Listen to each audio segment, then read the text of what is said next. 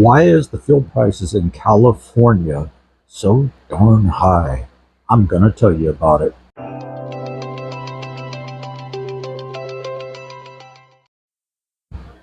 It's all about supply and demand. California does not let these fuel makers take it from the ground. Instead, they buy it from foreign entities. And when those foreign entities ship it, it can take anywhere from 30 days to 40, 45 days just for one shipment to reach California and get unloaded.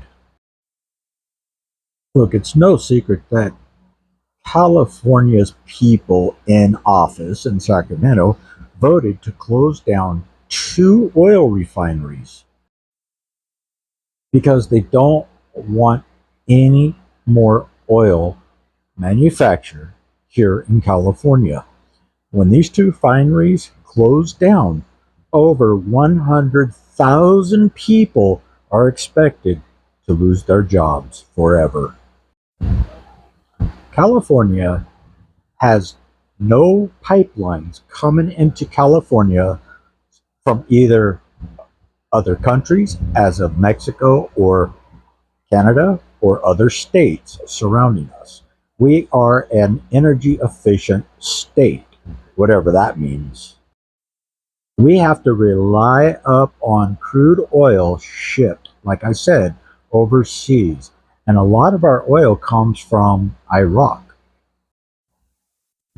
Here in California, it's about $1.25 to about $1.35 per gallon in taxes that you pay at the pump, and that first $1.25 to $1.35, depending on the gas station you use and the cost that you pay, goes toward taxes, goes toward California, goes toward greenhouse gas companies, and all this other crap that it goes to. So yeah, you're paying a lot at the pump just in tax.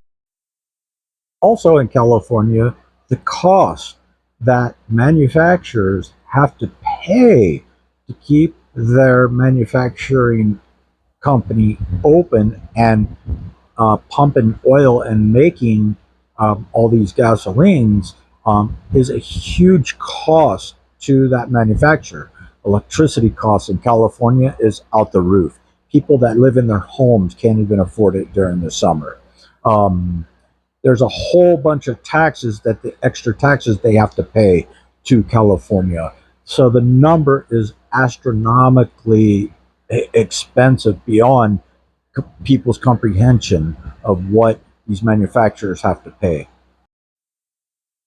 Off of those per gallon gas tax that we pay here in California, federal part of it is right between, if you look at up at the little sign on your gas pump there, it'll say federal tax and what that tax is per gallon.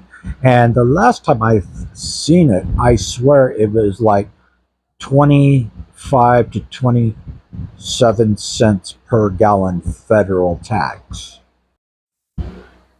And for my second part of that, as far as the taxes left, the $1.10, whatever it is, left over after federal taxes paid, where does that money go throughout the state of California? And here's that big answer. Nobody knows. That is the lost answer that nobody, not even the governor of California, can answer, because nobody knows. And if somebody out there thinks that they know, please show me facts. Show me the proof. I want to see it. Because as of now, not even the state of California has the answer to that. It's just lost money. Basically, they're just spending it the way they want. Here's the plain, honest truth, folks. California wants to regulate all energy products and get rid of any fossil products. And one day it's going to happen. And when that happens, just remember that all you voters out there that voted for this, for it to happen, You can't complain about what you voted for. And most of you are not going to be able to drive anymore because you're not going to be able to afford an electric powered vehicle. Or if you do afford the electric powered vehicle, you're going to lose it because it's going to get repossessed because you're not going to have a job to pay for it. Yes, that's right. You're not going to have a job to pay for it because everything falls under transportation.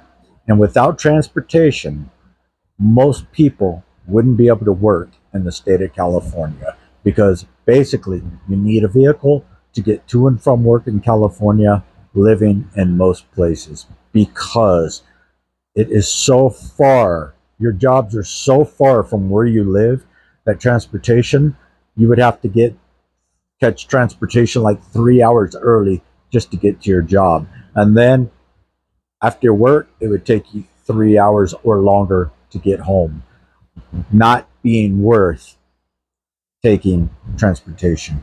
So remember, you're voting for this. You voted these guys in there.